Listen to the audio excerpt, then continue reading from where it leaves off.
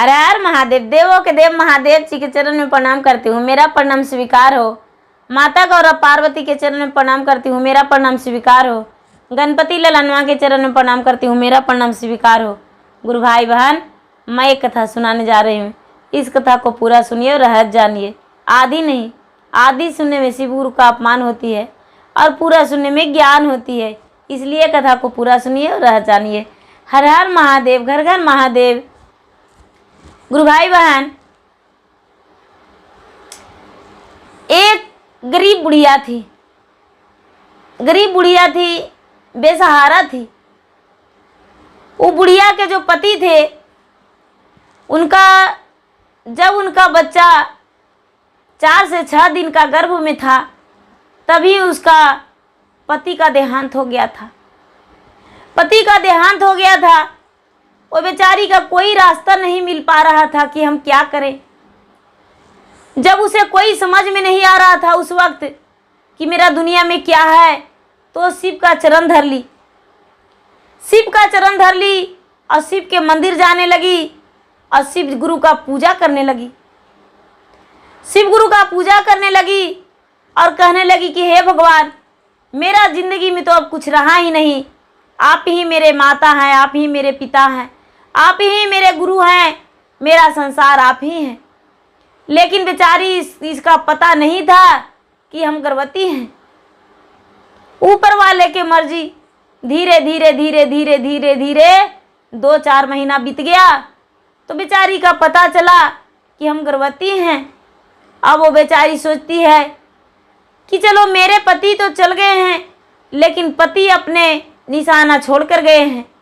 भगवान ने मेरा पुकार को सुने, हम भगवान के भक्त बने, भगवान का शिष्य बने, तो चलो गर्भवती तो हम सुनकर देखकर तो अपना खुशी हैं।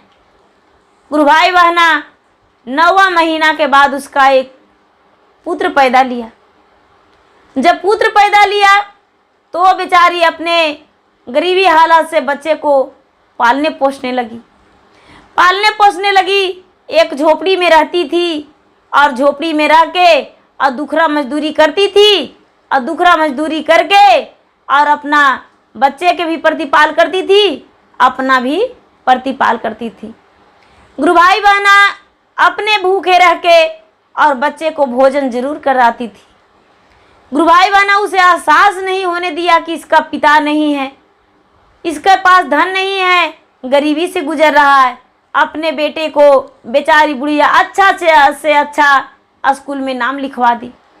अच्छा से अच्छा स्कूल में नाम लिखवा दी। अपने बेटे को बड़ी मेहनत और लगन से पढ़ाने लगी। बुढ़िया का यही था दिल में कि हम अपने बेटे को बहुत अच्छा अफसर बनाएं, जो कि मेरा नाम रोशन हो और एक दिन हम महलों के ऊपर बैठ के और पूरे संसार को देखें, पूरे लोक को देखें और मेरा नाम हो कि ये बुढ़िया इतना गरीब थी, लेकिन फिर भी इसका बेटा इतना बड़ा महान व्यक्ति बन गया है। और भगवान से प्रार्थना करती थी कि हे भगवान, मेरे नाम से बेटा को नहीं जाने, मेरा बेटा को नाम से मुझे जाने कि उसका माँ है वो। ये नहीं लोग सोचे कि इस बुढ़िया का बेटा है वो, मेरा बेटा को यही जाने कि अरे उसका माँ है ये, उसके पीछे हम चले, उसके आगे नहीं। इतना तक बेचारी सोचती थी। बेटे को पढ़ाने लगी। पढ़ाते पढ़ाते पढ़ाते पढ़ाते बेटा भी पढ़ने में अच्छा था, मन लगा के पढ़ता था। हर बार उसको अव्वल नंबर आता था। ये बुढ़िया खुश हो जाती थी और गांव वाले लोग कहते थे कि बुढ़िया का बेटा जो है वो बहुत पढ़ने में तेज है, बहुत अच्छा है। धीरे धीरे धीरे धीरे गुरु भाई बहना, वो पढ़ा लिखा कर अच्छा नौकरी ढूंढ लिया। पढ़ लिख के वो लड़का अच्छा सा डॉक्टर बन गया। जब डॉक्टर बन गया तो वो लड़का जो था वो क्या किया कि देश विदेश में रह गया और वो परिवार वहीं विवाह कर लिया। गुरु भाई बहना, जो माँ का तस्वीर था वो अपना पर्स में छुपा के रखा था। उसको पत्नी भी कभी नहीं देख पाई थी, लेकिन महादेव की दया से, शिव गुरु के दया से उसका पत्नी भी गर्भवती रह गई। उसका पत्नी का पुत्र जन्म लिया। वो भी धीरे धीरे बड़ा होने लगा, लेकिन बड़ा तो इतना बड़ा हो गया कि वो बच्चा जो समय आने पर 10 वर्ष के हो गया। 10 वर्ष के हो गया, ये बुढ़िया के पास ना तो खत लिख के भेजता बेटा और ना ही कोई संदेशा। ये बेचारी किसी से भी अपना बेटे के बारे में पूछती रहती थी। ये बुढ़िया को जो पोता था वो पिता के पर्स ढूंढा, तो पिता के पर्स में माँ का तस्वीर दिखा, बुढ़िया का तस्वीर। तो ये अपने पिता से पूछता है, पिताजी ये कौन है, आप इतनी बूढ़ी को क्यों तस्वीर रखे हैं? इसके पिता बताएं बच्चे को, पिता बेटा ये तुम्हारा दादी थी, पर अब नहीं है, अब इस दुनिया से जा चुकी है, ये भगवान की प्यारे बन चुकी है। इसके पोता बोलते हैं, पिताजी ये दादी रहते तो बड़ा मज़ा आता, दादी के साथ हम घूमते और दादी के साथ हम खेलते, दादी मुझे गोद में लेते। सब कोई के दादा दादी हैं पर मेरा नहीं है। इसके पिता जो थे उल्टे सीधे बच्चे को समझा दिए। उनकी पत्नी भी जानती थी कि इसके माता नहीं है, माता मर चुकी है। वो भी बेचारी कभी घर जाने का जिद नहीं की। जो माँ थी वो धीरे धीरे पता लगाते लगाते गुरुवाई बहन अपने बेटे के पास जा पहुंची। बेटे के पास जा पहुंची, जहाँ तक कि बेटा उस वक्त बहुत ऊंचे महल बना चुका था। बहुत ऊंचे, बाहर उसका दरवाजे पे दरवान रहता था, पुलिस सिपाहियाँ सब कोई रहते थे। बुढ़िया एक भिखारिन थी, भिखारिन गई उसके दरवाजे पे। दरवान सोचे कि कोई भीख मांगने वाली है। दरवान से बेचारी बुढ़िया कहती है, बेटा गेट खोल दो, ये महल मेरा है, मेरा बेटा का है। वो अपना बेटा का नाम बताई। वो जो दरवान थे वो गेट खोल दिए। बुढ़िया अंदर चली गई और बुढ़िया अंदर जाके और अपने बेटे को हाथ पकड़ के कहती है, थोड़ा सा भी दया नहीं आया बेटा, तूने तो मुझे जीते जी मार ही डाला। बेटा मेरा कलेजा का टुकड़ा, हम तूने कितना लगन मेहनत से पढ़ाए लिखाए बेटा, लेकिन जब तुम्हें मेरा ज़रूरत था, मुझे ज़रूरत था तुम्हारा, तो तूने तो पलट के भी नहीं देखा। अरे पैसे नहीं देता तो क्या होता बेटा, कम से कम एक बार पत्र तो लिख कर भेज देता। हम पता लगाते लगाते आए हैं बेटा। आज मेरा जी भर गया कि तूने इतने ऊंचे महल बनाए हो, एक झोपड़ी में रहने वाला का बेटा एक इतना बड़ा महल बनाया है। इसका जो पत्नी थी वो कहती है कि ये बुढ़िया कौन है? इसका बेटा कहता है, हम नहीं पहचानते हैं इसको। ये बेचारी बुढ़िया कहती है, नहीं हम इसको माँ हैं। ये कहती है, बहू तो इन्होंने तो कभी आपके बारे में बताया ही नहीं। जब आपको जो कहते हैं जिनको बेटा वो नहीं पहचान रहे तो हम कौन होते हैं? ये जो पोता था वो तो तस्वीर देखकर मिलाने लगा और कहने लगा, अरे मेरी दादी है, ये मेरी दादी है, हम नहीं जाने देंगे। अपना दादी के गोद में लिपट गई, लिपट के और कहती है, दादी मुझे गोद में ले लो एक बार, हम चाहते हैं कि अपना दादी के गोद में जाएं, मेरी दादी माँ है। इसके जो पिता थे वो पिता उस बुढ़िया से अपने बच्चे को छीन लिया। बुढ़िया के बेटा ने बुढ़िया के पोता को छीन लिया। ये बुढ़िया को धक्के मार के और गेट से बाहर कर दिए, गेट से बाहर कर दिए। ये जो पोता था वो खिड़की से देखने लगा, रोते सिसकते, और देखता है कि मेरे जो दादी है वो कहाँ जाती है, कहाँ जाती है और क्या करती है। मेरे पिताजी तो निर्दयी हैं, लेकिन अपने पिता की तरह हम नहीं हो सकते हैं। वो क्या किया कि कुछ ही देरी बाद अपने माता से कहता है, माँ मुझे बिस्कुट लेना है, मुझे चॉकलेट लेना है, माँ मुझे आइसक्रीम खाना है। माँ पैसे दे दी। वो बेटा नीचे आ गया, बाहर चला गया, लेकिन ना तो कोई चॉकलेट खरीदा और ना तो कोई बिस्कुट खरीदा और ना ही तो कोई आइसक्रीम खरीदा। ये बुढ़िया के ढूंढने लगा, लेकिन ढूंढते ढूंढते बुढ़िया हारी थकी भूखी प्यासी बुढ़िया अपना जान देने की कोशिश कर रही थी। ये बालक पहुंच गया महादेव की कृपा से, भोलेनाथ की दया से उस बुढ़िया के पास पहुंच गया। हाथ पकड़ के कहता है, दादी माँ मैं तेरा पोता हूँ, क्या तूने मेरे पिता को जन्म दिया था तो वो तेरा पुत्र थे, हम तेरा पुत्र नहीं हूँ?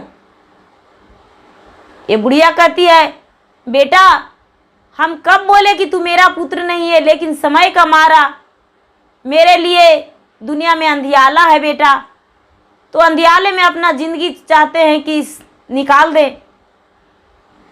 ये बालक कहता है, माता यदि आप अपना पुत्र मानते हैं तो मेरे साथ चलिए। ये बुढ़िया कहती है, बेटा तेरा पिता तो मुझे निकाल दिया, लेकिन तू कैसे सोच लिया कि ये मेरे दादी है? ये अपनी बातों कह सुनाया कि अपने पिता को पर्स में देखे थे आपका तस्वीर, ऐसा करके और हाथ पकड़ के बुढ़िया के अपने दादी को अपना दरवाजे पे ले आता है। उसके जो पिता और माता हैं ऊपर छत से चिल्ला रहे हैं कि बेटा अंदर आ जाओ, अंदर आ जाओ, लेकिन ये जो बेटा है वो कहता है कि जब आएंगे तो अपने दादी को लेकर आएंगे और नहीं तो हम महल के अंदर नहीं जाएंगे। ये बुढ़िया कहती है, जाओ पुत्र, बुढ़िया कहती है, जाओ पुत्र तुम अंदर चला जाओ, हम भिखारन को क्यों साथ रखा है, बेटा तू जाओ। ये पोता कहता है, पिताजी आप अपने माता से गलती नहीं मानिएगा तो हम अपना जान दे देंगे इसी जगह, लेकिन आपके साथ नहीं जाएंगे। और बुढ़िया के हाथ धर लिया पोता, उसके माता आए छुड़ाने, पिता आए छुड़ाने, दरबार सिपाही जितने सेनापति जो भी ये थे छुड़ाने लगे। बुढ़िया का हाथ से पोता का हाथ नहीं छूटा। जैसे कि चुंबक सटता है लोहे में, उसी तरह बुढ़िया के हाथों में पोता का हाथ सट गया, नहीं छूटा। कितना हूँ कोशिश किए नहीं छूटा। अब ये जो इसका बेटा था बुढ़िया के, वो तो मजबूर और लाचार हो गया अपने बेटे के कारण।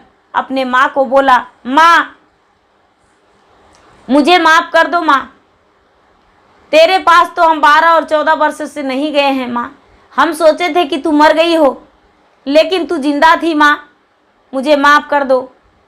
और बेटा जो था, बेटा हाथ पकड़ के और अपने माता को अंदर ले गया, हाथ पकड़ के माता को अंदर ले गया। दरवाज़ा लांघते ही बच्चा को हाथ छूट गया। माँ को नहलाया धुलाया, वस्त्र बदलवाया और अच्छा भोजन अपने माता को अपने हाथों से परोस के दिया। ये बालक कहता है अपने पिता से, पिताजी यदि अपने माता को आप नहीं स्वीकारिएगा तो आपको और माँ को हम भी कभी ज़िंदगी में नहीं स्वीकारेंगे। हम अपना दादी के साथ इस घर को त्याग कर चले जाएंगे। उसके माता पिता अपने बेटे से क्षमा मांगे और अपनी माता से क्षमा मांगे, क्षमा मांग के और अपने माता को माता माने और मानकर और हक देकर और माता को रखने लगे। जो सास थी वो सास ही रही और बहू थी जो बहू अपने सास को सेवा करने लगी, समय समय से भोजन देने लगी और अच्छे वस्त्र पहनाने लगी। जब अच्छे वस्त्र पहनाने लगी तो बुढ़िया का याद आने लगा कि हे महादेव, हम आपको जो सेवन किए थे वो एक दिन आपकी दया दृष्टि मुझ पे लग गया। आपको कृपा से मेरा बेटा जो है वो महल अटारी पे घूम रहा है, मेरी जो बहू है एक रानी बन के रह रही है और मेरा बेटा कितना बड़ा महान व्यक्ति है, जो हमने आपसे मांगा था वही पूरा हो गया।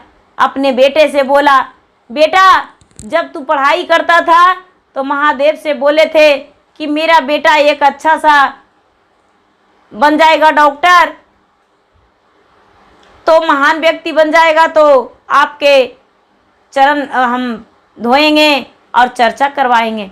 बेटा और बहू जो थे बड़े खुश हुए इस बात को सुनकर और जाके मंदिर में बड़े प्रेम से चर्चा करवाए, अपना घर में भी चर्चा करवाए शिव गुरु का, और चर्चा करवा के भजन जाप करवा के आरती मंगल करके और लोगों को भोजन करवा के और अपना सबसे क्षमा मांगे कि हमने माँ को बहुत दुख दिए, माँ को त्याग ही दिए थे, लेकिन भोलेनाथ का कृपा था कि मेरे पास माँ को ला के बिठा दिए और आज मेरे माँ जो है मेरे पास है भोलेनाथ की कृपा से। यदि भोलेनाथ मेरी माँ पे दया नहीं करते, मुझ पे दया नहीं करते, तो हम इतने महान व्यक्ति नहीं बनते। ये मेरी माँ जो है बहुत मेहनत और लगन से की है काम, इसी कारण मेरा जो नौकरी आज मेरे माता के कारण है। मेरे पिताजी का सर तो माँ के गर्भवती थे, माँ मेरी गर्भवती थी, उसी समय मेरा पिता का सर से मेरा सर से हाथ हट गया था। मेरा पिता का आशीर्वाद तो लगा नहीं, लेकिन माँ के आशीर्वाद से मेरे पास सब कुछ है। जब ऐसा व्यक्ति सुने, सब कोई लोग सुने, तो बुढ़िया का बहुत महान माने और बुढ़िया से सारी लोग पूछने लगे कि बहन जी आप कैसे भगवान को चर्चा करते हैं। बुढ़िया बेचारी बताई और गुरु ज्ञान भी बहुत सारे को बताई और भगवान को शीश को में बहुत लोगों के जोड़ी। तो गुरु भाई बहना, मेरा वीडियो अच्छा लगे तो इसे लाइक कीजिए, शेयर कीजिए, सब्सक्राइब कीजिए। धन्यवाद। हर हर महादेव, घर घर महादेव।